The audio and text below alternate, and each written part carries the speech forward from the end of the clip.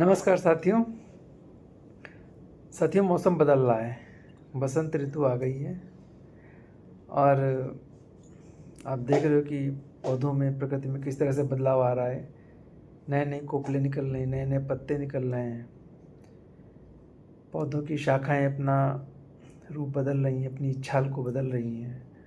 और इसी तरह से हमारे जीवन में भी परिवर्तन आ रहा है। हमारे शरीर में बहुत सारी चेंजेस आते हैं मौसम के हिसाब से, और हमें उस ऋतुचर्या के हिसाब से अपने शरीर को स्वस्थ बनाने के लिए, स्वस्थ बनाए रखने के लिए कुछ प्रयास करने पड़ते हैं।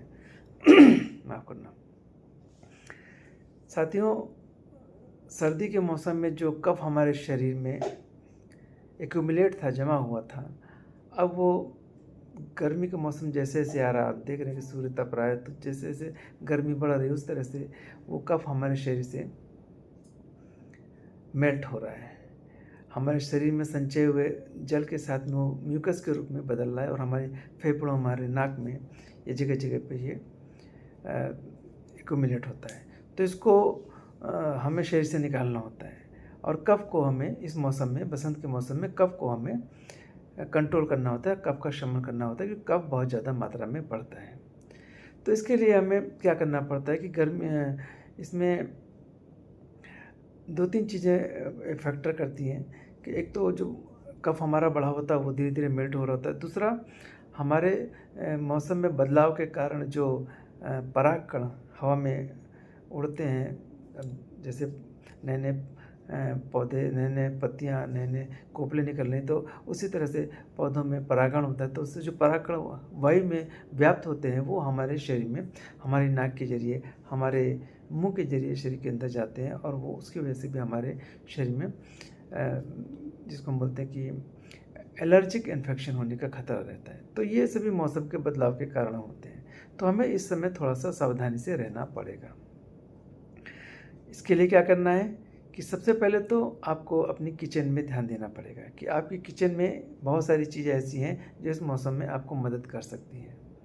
जैसे कि आपके किचन में अगर काली मिर्च है, हल्दी है, इसके अलावा पीपली है, मरीच है, सौंठ है, और तेज़पत्ता है, लौंग है, तो ये सभी चीज़ें जो हैं ये आपको इस मौसम में आपके शरीर को, आपकी हेल्थ को बनाए रखने में आपकी मदद करेंगी। इनका इस्तेमाल आप चाहे तो काढ़ा के रूप में कर सकते हैं, चाहे तो आप इनको एक ग्रीन टी के रूप में इस्तेमाल कर सकते हैं। लेकिन जो भी जो कि पंजेंट, बिटर और स्ट्रिंजेंट, यानी तीन स्वाद वाली जो चीज़ें होती हैं, ये हमारे कफ को कंट्रोल करने में मदद करती हैं। तो ये चीज़ें जो आपके मसाले के रूप में आपके किचन में मौजूद रहती हैं, तो आप इनका इस्तेमाल ज़रूर से ज़रूर करें। मीठा भी कफ को नियंत्रित करने में मदद करता है, लेकिन वो मीठा आपका क्या होना चाहिए? शहद होना चाहिए। तो ये आपके कफ को नियंत्रित करने में आपकी मदद कर सकते हैं। तो इसका भी इस्तेमाल आप बसंत ऋतु के मौसम में कर सकते हैं। भोजन हमें क्या करना चाहिए, क्या नहीं करना चाहिए?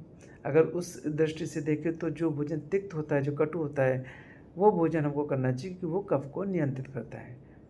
तो इसमें आपकी पुराने चावल आ गए, पुरानी दालें आ गई, मूंग की दाल आ गई, आपके हरी पत्तेदार वाली सब्जियां हैं, जैसे मेथी है, पालक है, बथुई है, इस तरह की चीज़ें, आपको जौ की चीज़ें हैं, ये सभी कफ को शमन करने वाली हैं। तो आप इस मौसम में इन सब्जियों का, इस तरह के खाने का प्रयोग अवश्य करें।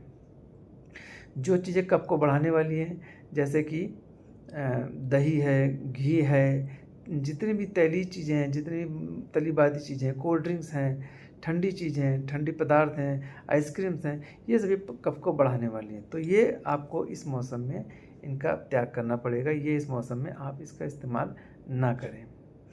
इसके अलावा अभी नवरात्र आने वाले हैं, तो उसमें लोग व्रत रखेंगे।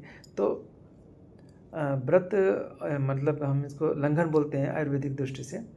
तो लंघन और वमन, ये दो चीज़ें भी हमारे कफ को कंट्रोल करने का एक बहुत बड़ा जरिया हो सकती है। तो आप इसको भी इस्तेमाल कर सकते हैं। वमन और लंघन के लिए मैंने आपको पिछले 2-3 वीडियो पहले बताया था, उसका डिस्क्रिप्शन मैं नीचे इसमें डाल दूँगा, आप उसको जाके देख सकते हैं।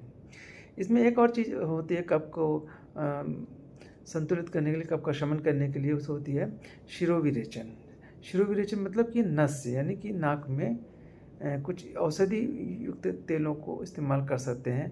आप नॉर्मल तेलों का भी इस्तेमाल कर सकते हैं जो हम खाने पीने में इस्तेमाल करते हैं, जैसे कि इसमें सरसों का तेल है या तिल का तेल है और बादाम का तेल है, तो इसको भी शिरोवेचन के रूप में आप इस्तेमाल कर सकते हो। ये आपके नेसल पैसेज में जो कफ जमा होता है, आपके चेस्ट में, फेफड़ों में, श्वास नलिका में जो कफ जमा होता है, ये उसको शमन करने में ये आपकी मदद करता है।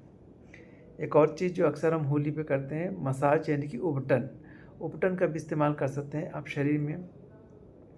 उपटन पूरे शरीर में आप ऑयलिंग करें, मसाज करें, फेशियल करें। फेशियल का मतलब उपटन शरीर में, चेहरे पे आटे और सरसों के तेल को मिलाकर के उपटन बनाया जाता है, आप उसका इस्तेमाल कर सकते हैं। तो ऋतुचर्या के हिसाब से ये मौसम यानी जो बसंत का मौसम होता है, इसमें आपको कफ को नियंत्रण करने के लिए बहुत सारे उपाय करने पड़ते हैं। और जब आप घर से बाहर निकलें तो उस समय ध्यान रखें कि जैसे मैंने पहले बताया कि इसमें परागकण वायु में बहुत ज़्यादा होते हैं, तो आप अगर बाइक से जा रहे हैं, साइकिल से जा रहे हैं या पैदल जा रहे हैं, तो कोशिश करें कि फेस मास्क का प्रयोग करें, मतलब मुंह को ढक के रखें ताकि जो परागकण है वो आप नाक से और मुंह से आपके शरीर के अंदर ना जाने पाएँ, क्योंकि शरीर के अंदर जाएंगे तो फिर वो एलर्जिक इन्फेक्शन कर सकते हैं। तो इस तरह से इस ऋतु के हिसाब से अपने शरीर को ढालें, अपने शरीर को उस ऋतु के हिसाब से चलाएं और स्वस्थ रहें। अगली वीडियो में फिर आपसे किसी और मुद्दे पर आपसे चर्चा होगी। तब तक के लिए नमस्कार।